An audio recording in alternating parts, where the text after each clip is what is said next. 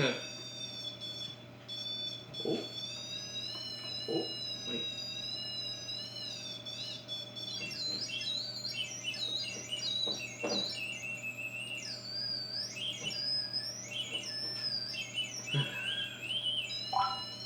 Hey, how's it going, gang? It's me, Michael, aka the Parent Investigator, and today I want to talk to you guys about this doohickey.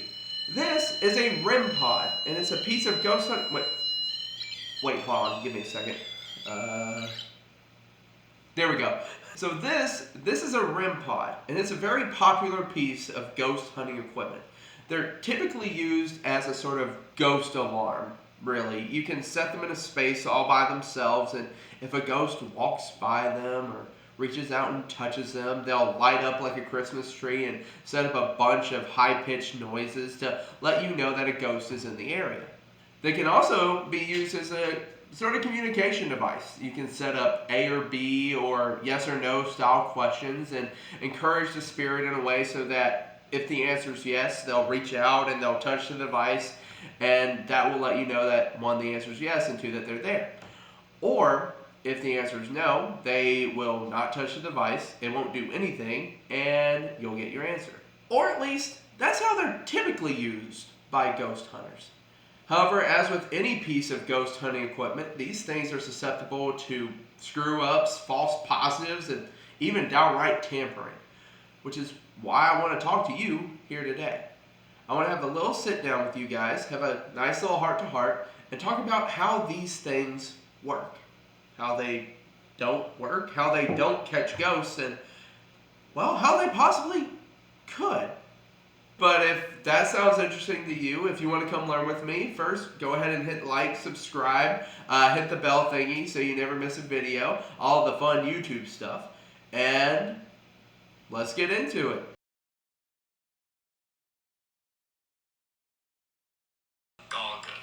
Okay, sorry. Oh, I did get it right. Okay. So, starting from the beginning, the REM-Pod would be invented by a man named Gary Galka. Unfortunately, in 2004, Galka's daughter, Melissa, would pass away in a car accident. Over the course of the next few weeks, according to Galka, Melissa's spirit would reach out to him, almost explicitly through electronic disturbances around his home. She started doing things like ringing the doorbell, changing TV channels, turning lights on and off. This got Gary thinking. He believed that if Melissa was able to affect electronic devices, then her spirit must have some leeway over electricity somehow. He would form the idea that spirits either were composed of or able to produce their own electromagnetic fields. And so he set about constructing devices capable of measuring those electromagnetic fields. Luckily, Galka knew what he was doing. You see, he happens to own ProMeasure, a subsidiary. He happens to own ProMeasure, a subsidiary of DAS Distribution.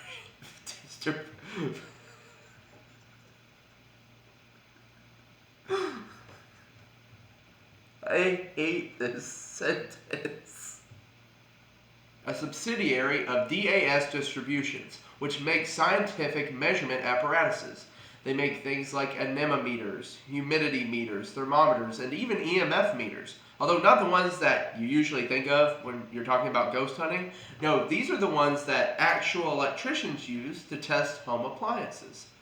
Point of the matter is, Gary knows a thing or two about electronics, and so he would dedicate himself to making a whole slew of ghost hunting devices. He's probably made a few of your favorites even. The Spirit Box, the Mel meter, the K2 meter, and, well, the subject of today's video, the REM-Pod. Now, the REM-Pod would gain popularity after premiering on an episode of Ghost Adventures.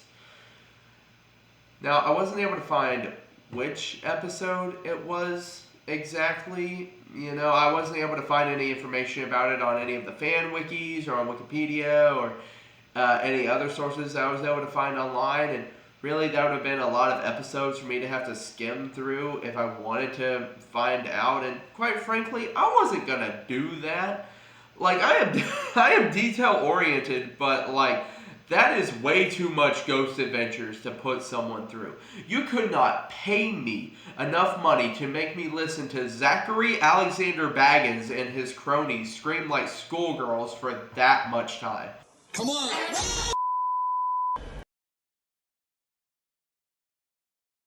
But what is a REM-Pod? So, physically speaking, a REM-Pod is a container, typically a cylinder, with 4 LED lights on the top of it, an antenna that extends out, and a speaker. There's also the wiring on the inside, but we're getting into that. We'll take a look at that later. But what you do is you hit the on switch at the bottom, and this antenna will set up, and this antenna will create an electromagnetic force field that surrounds the REM-Pod. Now, if something breaks this force field, be it a person or a spirit, something causes a disruption, sensors inside the REM-Pod will register this break, and the LEDs will light up, and a high-pitched tone will ring out of the speakers. But how does it work? What do the innards of this thing look like? Well, to answer that question, I want to bring your attention to the work of one of my favorite ghost hunters. The man, the myth, the legend, Kenny Biddle. Now Kenny, he is a writer for the Skeptical Inquirer magazine. And in 2021, he wrote an article about REM-Pods just like this. Now what he did was he actually cut open one of the original REM-Pods, the first ones to ever be made. And he found some interesting things about it. He would find that the casing was nothing more than PVC pipe that you could pick up at the local hardware store. He found that the innards were filled with a bunch of cheap filler content. He found that the covers for the LED lights were nothing more than glue sticks. And then, in the middle of all of this, the cherry on top, a pocket theremin. A theremin is an instrument that you play without actually touching it. It's made of 2 antennas, which produce their own electromagnetic field, and one antenna controls the pitch, while the other controls the volume. Then you can adjust the pitch or volume based on how close your hand is to each antenna. Think of like old sci-fi movies, and you have a pretty good idea of what they sound like. Now, a pocket theremin is the same concept, but smaller. They're a hobbyist kit, where you make your own tiny version of a theremin, only this one only has 1 antenna. I went and I opened up a newer model of the REM-Pod off of Ghost Stop to see if this was still the case, and I would find that this circuit board was made by DAS Distributions, again, Gary Galka's company, but as far as I can tell, this is still the same circuitry you'd find in a pocket theremin. It's designed to do literally the exact same thing. But now that we've taken a look at the REM-Pod, we figure out what makes them tick, we've learned about how they're supposed to work, let's take some time to learn how they don't actually work. At least not the way that we think they do.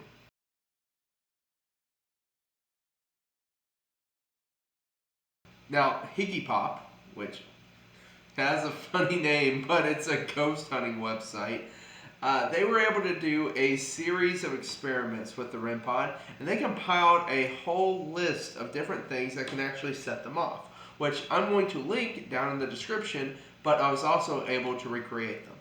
So first off, anything conductive can interfere with a REM-Pod's electromagnetic field.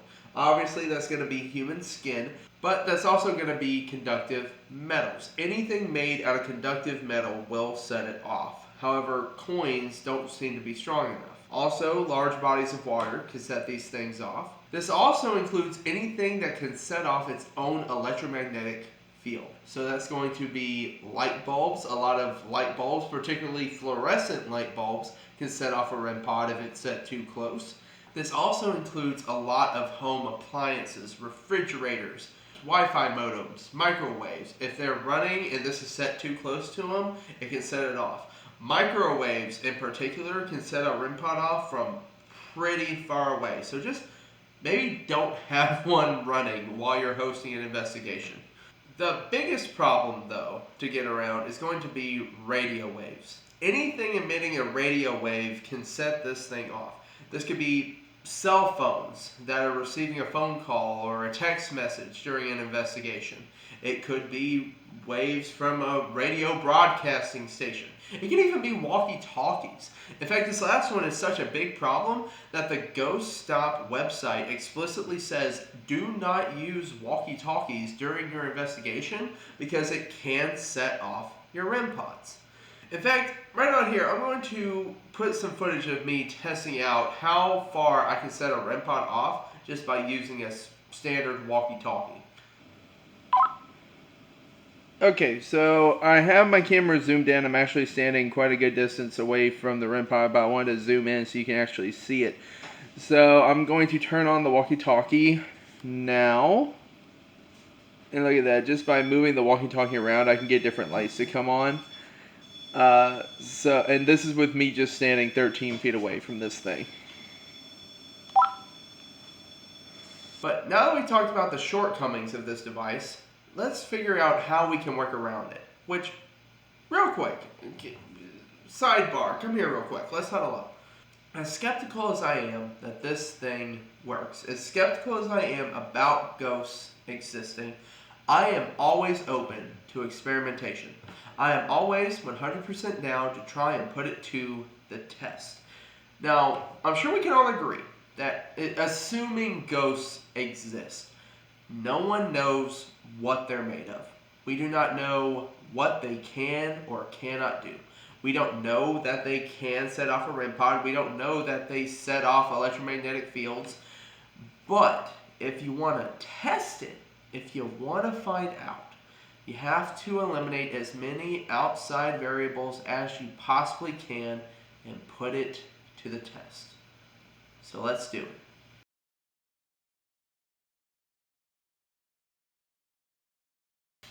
First and foremost, you want to make sure you properly take care of your REM-POD. The instructions say that when the REM-POD is being stored away or you're traveling, you should remove the antenna. This prevents the antenna from getting bent, which in my experience will cause the REM-POD to act wonky, as it can't properly maintain its electromagnetic field. You should make sure to use a fresh battery as well. You'll know if the battery is about to die when the REM-POD starts to go off sporadically.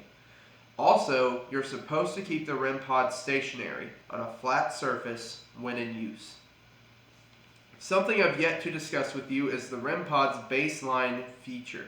Going back to the instructions, they say, quote, the REM-POD EMT has an auto and manual baseline calibration adjustment. The REM auto baseline occurs approximately every 7 seconds. This is an important function because it will automatically adjust for any interference from metal, fluorescent lights, and other conductive surfaces.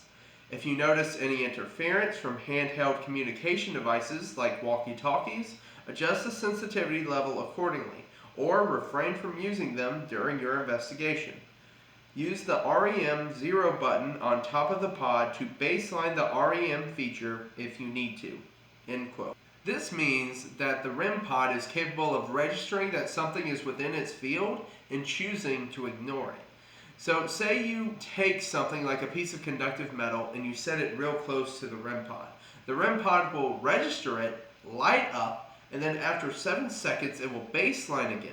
And unless that thing moves or it fluctuates in any way, then the REM pod will continue to ignore it.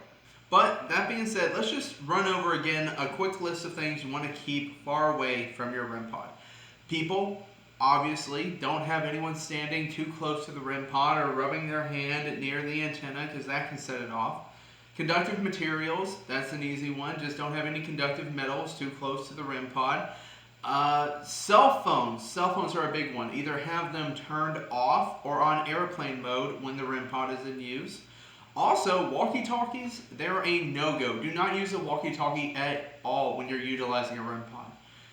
And keep the REM pod away from major appliances, microwaves, refrigerators, all sorts of things while it's in use, as they can disrupt the electromagnetic field as well. But what to do about those pesky radio waves? What can be done about those? Well, nothing. Really? I mean, what can you do? Just go up to the local radio station and ask them to stop playing music while you're hosting your ghost hunt? No, that's ridiculous. It never worked. There's really nothing you can do. Unless... I've been dying to get to this part. So, this giant hunk of aluminum foil that I've set on the table is what's called a Faraday cage. And I love recommending these things to ghost hunters, not just when you're using REM-PODs, but also when you're using things like K2 meters, Mel meters, spirit boxes, the whole lot of them. Because these things are specifically designed to repel electromagnetic radiation. That's electromagnetic fields coming off of cell phones, walkie-talkies, electrical appliances. It can deter signals coming off of radio stations. Practically anything that can interfere with a REM-Pod, or really any piece of ghost hunting equipment, can be negated by using a Faraday cage. And these things, they're pretty cheap to come by. You can buy a functioning Faraday cage online for like 30 bucks, or you can make one yourself. Really, the only qualifier for a Faraday cage is a container wrapped in conductive material.